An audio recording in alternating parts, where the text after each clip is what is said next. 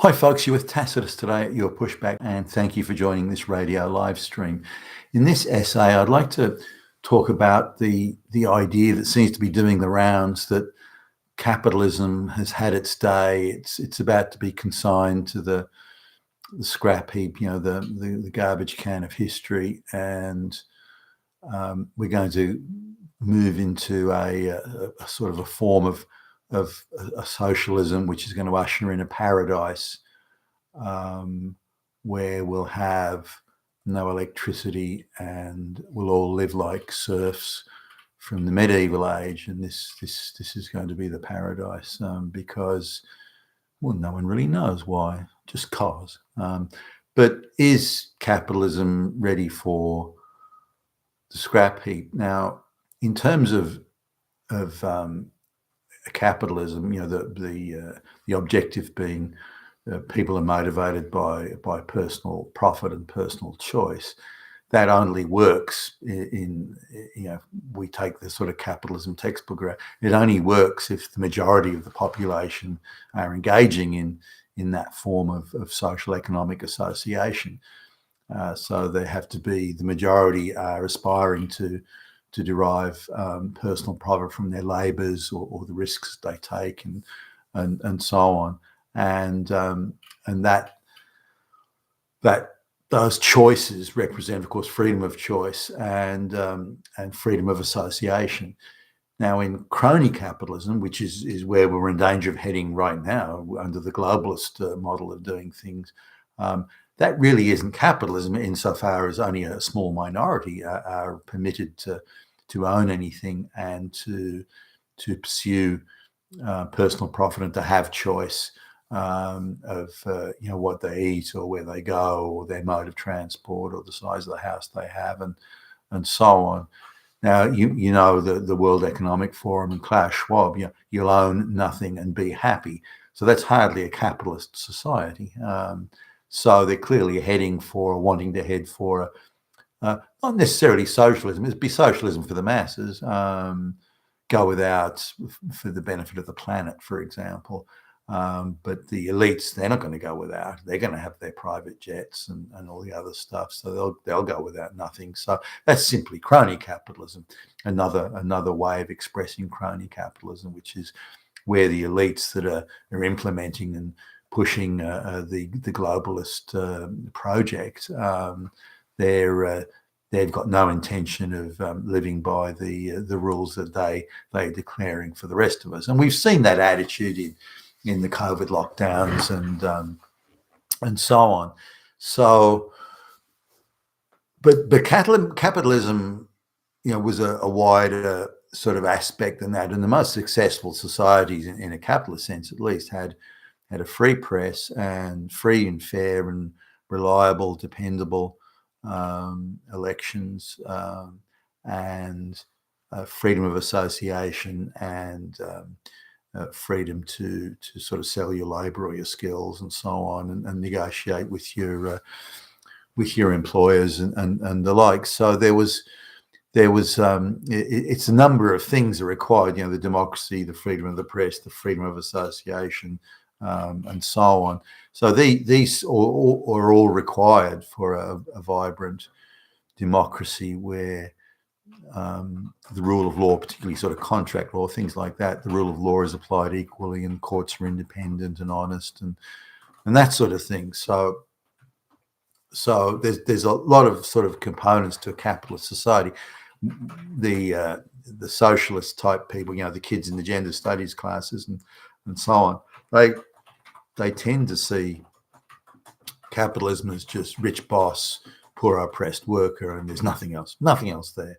But it's actually a much bigger situation than that. And a very successful economy, capitalist economy, is generating a lot of wealth, which and then there's tax revenue from that, which in turn is used to build all the infrastructure and to deliver public services and to look after those that can't look after themselves. So capitalism has been quite successful where all those components have been in place. Now, there are other you could say that South American economies were capitalist, but they're really crony capitalists. The wealth is held very tightly. The press really isn't free at the end of the day. You can have aspects of it. In a lot of countries, if you're a journalist that breaks a story that the elites don't like, you can next day you can be floating in the river or just disappear altogether, or be pushed out of a helicopter at high altitude. So these aren't capitalist economies, they're crony economies that exist for the enrichment of a small elite, Mexico, and the list goes on. So only those where the majority, and a decent majority, not 51%, but a decent majority, can participate in selling their skills and having that freedom of association of what they buy and what they don't. Now, one of the key, not the only, one of the key benefits of capitalism is that it's a merit system. So the tendency is, not in every case, majority of cases, the brightest people percolate to the top, and the decisions they make become better business decisions that create more jobs and more opportunities then for other people in the economy.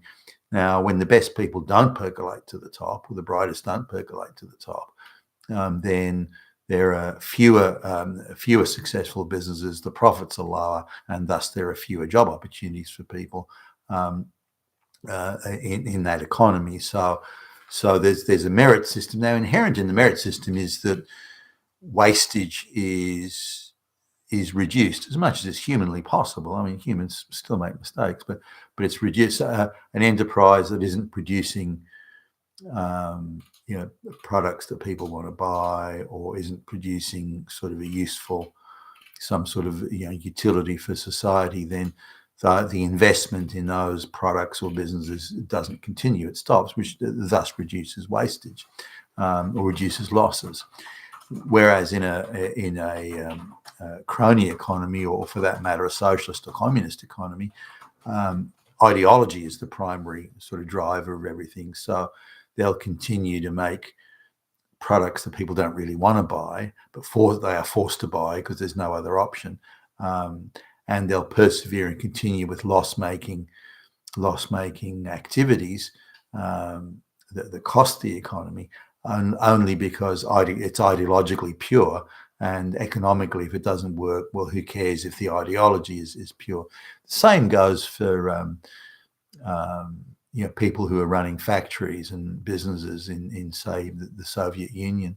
They would mostly be put in those jobs because they were ideologically pure, and they may have been useless and incompetent otherwise, but ideologically they were saying the right things, so they kept their jobs, even though they were really a costly sort of employee to have. They were making mistakes, causing losses, and doing things that were less than optimal. That doesn't mean you don't get those people in capitalist economies. You do. You just get a great many more of them in the socialist economies, and they persevere with loss-making disasters for much longer than a capitalist economy would. So really, the relative proportion of activity and wealth that disappears down the gurgler in a socialist or communist economy, there's much less wastage and loss in a capitalist economy, because activities that don't produce the necessary return are discontinued or lessened, and therefore there's much less in the way of wastage. So a capitalist economy tends to get the best people going to the top. Not always, of course. There are still idiots that get to the top. That'll always happen. But more people who percolate to the top, who are competent and who make better decisions, better quality decisions, and create more jobs and opportunities, therefore, for others. And also, loss-making and wastage enterprises are discontinued at a much shorter time span than they would be in a communist economy. So it's the less wastage, more opportunity, and those two are huge differences. But also the freedom of association. Now, I've as I've mentioned in a number of other videos, I've travelled the world on business, and whereas I can go to a Western country and I can go to the airport and hire a car, and I can drive right across the country. I can go anywhere I want. I can go on any airplane at any time. Meet any person for business at any time, and that freedom of association, freedom of travel, freedom of movement. You think that's how things are around the world. It's not. There are many countries where you don't get anywhere near that sort of freedom of association, and where you really have to take a chaperone, and that chaperone wants you to give them a bunch of money so they can bribe all the officials that have to be bribed, and you have to have certain papers before you can go from one city to the next, or one part of the city, even in some cases. Now, when they see you're not a local, you're a white Westerner, the local authorities treat it differently. They don't necessarily apply exactly the same rules to you, but this idea of freedom of association, freedom of movement, and freedom to invest and start a business, all these sort of things that we think are just how things are done. It's not. There are not many countries in the world where you actually can do that. Now, something else that I think is worth mentioning, and then putting capitalism in perspective, we need to understand there are more people on the planet living a subsistence barter lifestyle. Subsistence farmers who don't exist economically, that they just don't exist economically in anywhere, on any balance sheet, or they'll make a surplus of eggs or something, and they trade that for something else from the farmer down the road. So they're subsistence farmers living on bartering. So they don't exist in the world economy, not like you and I might exist. So, and this is part of the globalist thing of how many of these illiterate subsistence bartering peasants can we get into the Western world economy? Well, let's bring them into the West, and suddenly they go from not existing at all financially, suddenly they do exist because they become worker consumers. And this is very much a big part of what the globalist gig is about. Now they're on the bottom end of and they're going to own nothing and be happy, and they're going to live a subsistence lifestyle really economically in the West, but they'll exist as a unit. Whereas, out in the middle of nowhere in Africa, or India or Pakistan or Indonesia or something like that, they don't exist in the economy. But by bringing them to the West, they are made to exist. They are created as something new almost. And this is a big deal for the globalists, which is why they want to have all that mass immigration into the West. But we need to have some perspective here. There's maybe a bit, give or take, 1 billion people who live in what we would call a capitalist economy, where the majority of the population have freedom of association. Elections are fair, and even this is under question now. For example, we don't have a free press in the West anymore. Elections are very questionable these days. There's still relative freedom of association, but there are many loss-making business enterprises that are being subsidised by the globalists just because they're using them as mass immigration fronts, things like that.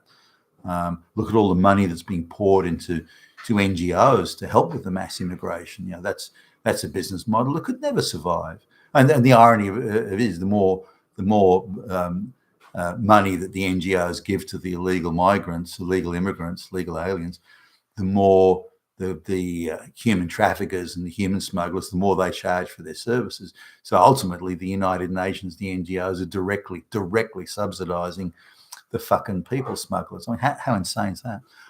But really, the majority of people in the world are living subsistence barter, or so close to it that it almost makes no difference. The average income of the Indian population is I think $1,700 a year. That's the average income, which give you an idea, because there's a class of 50 million or so, mega rich people in India, and yet that's still the average. So these peasants have got to be living on 2/5 of fuck all at the bottom of the the untouchables, living on the lowest socioeconomic class in these places. So any of those brought over to the West has a multiplier, as the globalists would see it, a multiplier effect on the worker consumer numbers in the West. But there are more subsistence barter farmers and people living in that condition in the world than there are There are, even if you give a generous interpretation, and there are people living in the capitalist economy. They'll just give you some idea of the uniqueness of capitalism, but equally how successful it's been. Coming out of the issue of is capitalism over and finished? Look, if the crony capitalism model that the globalists are forcing on us continues apace, and it's an even bet that they'll succeed or not. If it does continue, then I think capitalism will be over. Certainly, as we know it, it'll be some historical footnote. Because when you have capitalism and freedom of association, then by rights the elites must share power with the populace. That it can only work that way. So the elites don't want to share power anymore, and that means the end of capitalism. Certainly, as we've understood it from say the the early 1900s onwards, and particularly since the end of World War II. So, but if the globalists fail in their project, we can all only hope and pray that they do, then I think capitalism will survive, and I think over the longer term it'll make a return to favour. I don't think that the crony capitalism model can really last. It's got so many inherent contradictions. Socialism or capitalism can't replace it, and if it does, that'll be a brief foray into a world of fantasy, and that'll all fall to pieces, which again capitalism I think would come back to replace it. But as long as we can stop the crony capitalism of the globalists, I think the capitalist system will survive and thrive. But we need to get back to the merit system and that freedom of association, freedom of press, and absolutely free and fair elections that are above suspicion in terms of their reliability. You've been with Tacitus today, your Pushback channel, and thank you for listening.